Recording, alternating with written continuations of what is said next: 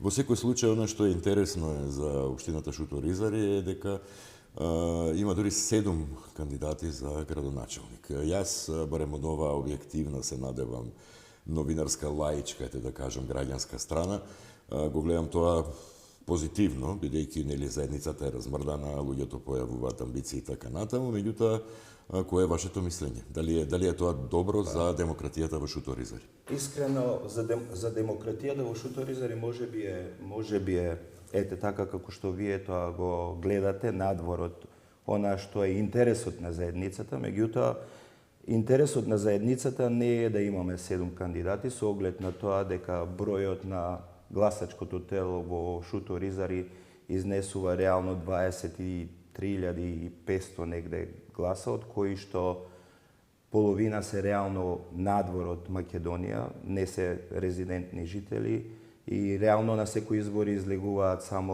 8 или 9.000 гласачи, од тоа што негде околу 2.800 до 3.000 гласачи се албанци, со етнички албанци, така да преостануваат некои 6.000 гласа кои треба да ги поделиме на 7 кандидати. Тоа покажува колку е разедината нашата заедница во поглед на политичките партии.